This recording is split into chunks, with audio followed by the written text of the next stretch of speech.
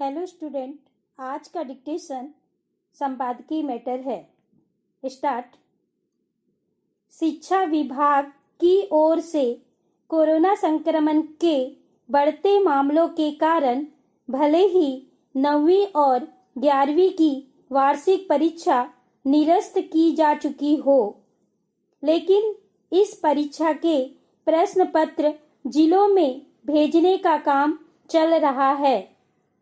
माना जा रहा है कि परीक्षा निरस्त होने के बावजूद पेपर छापने वाली फर्म को फायदा पहुंचाने और कमीशन के चक्कर में जिलों में जबरन पेपर पहुंचाए जा रहे हैं। अगर किसी जिले के अधिकारी पेपर लेने के मना करते हैं तो बाकायदा उस पर पेपर लेने के लिए दबाव बनाया जाता है। कई जिलों के अधिकारियों ने बताया कि पेपर लेना हमारी मजबूरी है, लेकिन यह पेपर रद्दी के अलावा अब कुछ नहीं है। पेपर आए हैं तो भुगतान भी करना पड़ेगा। स्कूलों में पेपर जिस कक्ष में रखे हैं उसको सील भी किया जा गया है। कई अधिकारियों ने बताया कि कोरोना काल में परीक्षा निरस्त होने के बावजूद पेपर भिजवाना बजट का दुरुपयोग है। हालांकि पेपर वितरण से जुड़े अधिकारी कहते हैं कि परीक्षा निरस्त होने से पहले ही टेंडर हो गया था, इसलिए पेपर भेजे जा रहे हैं। बताया जा रहा है कि इन पेपर तैयार करने के लिए 5 करोड़ से अधिक का टेंडर दिया गया था। पैरा, हर साल इन दोनों कक्षाओं के पेपर जिला स्तर पर ही तैयार कराए जाते हैं। पहली बार राज्य स्तर पर पेपर तैयार कराए गए। इसका जिम्मा पंजीयक शिक्षा विभागीय परीक्षाएं बीकानेर को दिया गया। सरकार ने 17 मार्च 2021 को स्पष्ट कर दिया था कि परीक्षाएं पहली की भांति जिला स्तर पर ही होंगी। इसके बावजूद एक फर्म को टेंडर देकर राज्य स्तर पर पेपर तैयार कराए गए। पैरा, पेपर तैयार कराने का जिम्मा मिलते ही पंजीयक शिक्षा विभागीय परीक्षाएं बीकानेर ने सरकार की अनुमति के बिना ही परीक्षा शुल्क में बढ़ोतरी कर दी। पहले अर्धवार्षिक और वार्षिक परीक्षा शुल्क मात्र 10 रुपए था, लेकिन इस बार केवल वार्षिक परीक्षा के लिए ही शुल्क 25 रुपए कर दिया। जबकि इस बार कोरोना के कारण अर्धवार्षिक परीक्षा तो हुई ही नहीं है। सरकार की फटकार के बाद इस आदेश को वापस लेना पड़ा था। नासिक में बुधवार की सुबह मैंने जो दृश्य देखा वह असामान्य नहीं था। वह अस्थायी झोपड़ियों में रहने वालों पर किसका ध्यान जाता है, जो सड़क किनारे पड़ी मिट्टी ले जाते हैं, जिसे सड़क ठेकेदार ड्रेनेज पाइप बिछाते समय छोड़ देते हैं। ठेकेदार भी चाहता है कि मिट्टी साफ हो जाए और उसे ट्रक इस्तेमाल न करने पड़े।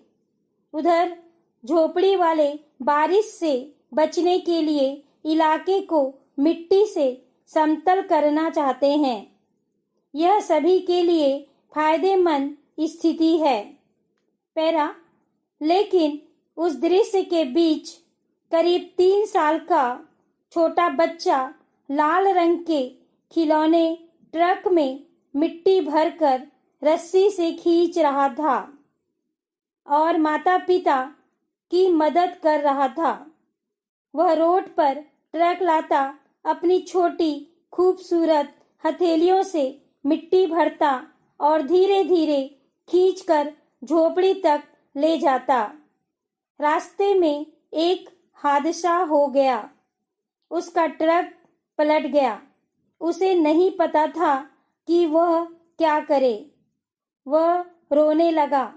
वहीं मिट्टी ले जा रहा उसका बड़ा भाई, करीब 7 वर्षीय, रुका और बोला, रो क्यों रहे हो?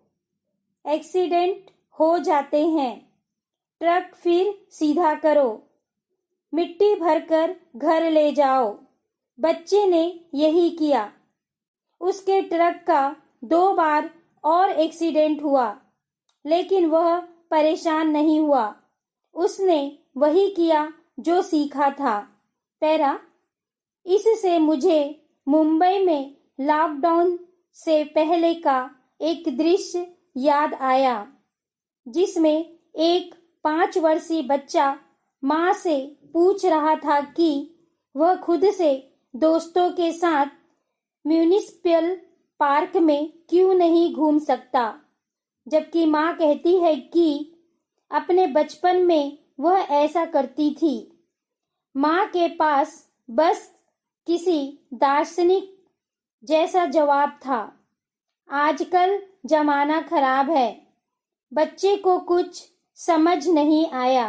पैरा, मेरा दिमाग तुलना और सवाल करने लगा कि क्या इसका संबंध गरीब और अमीर के पेरेंटिंग के तरीके से है, या सिर्फ शहर और गांव का अंतर है।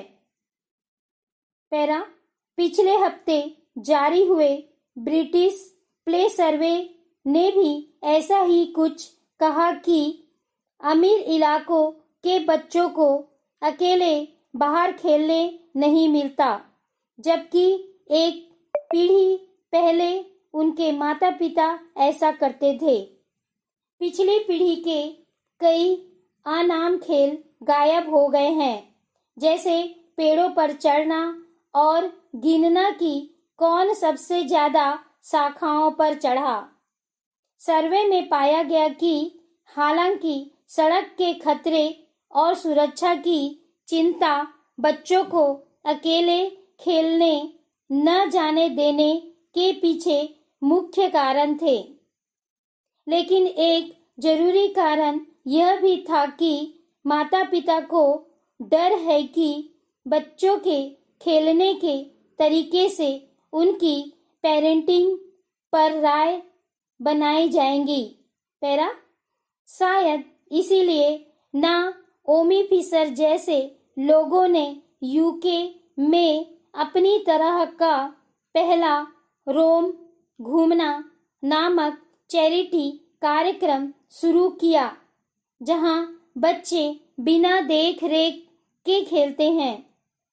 उनके सेशन में जब वयस्क हट जाते हैं तो बड़े बच्चा ज्यादा जिम्मेदारी लेते हैं, जिससे उन्हें अलग अलग उम्र के बच्चों की बीच मजबूत जुड़ाव बनाने में मदद मिलती है।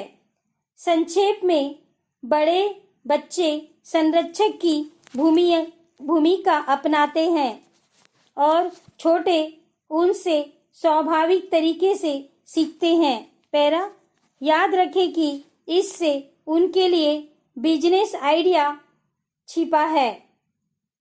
जो प्री नर्सिंग स्कूल चलाते हैं, अगर आपके पास बगीचा है तो उसे रोम जैसी किसी जगह में बदल सकते हैं।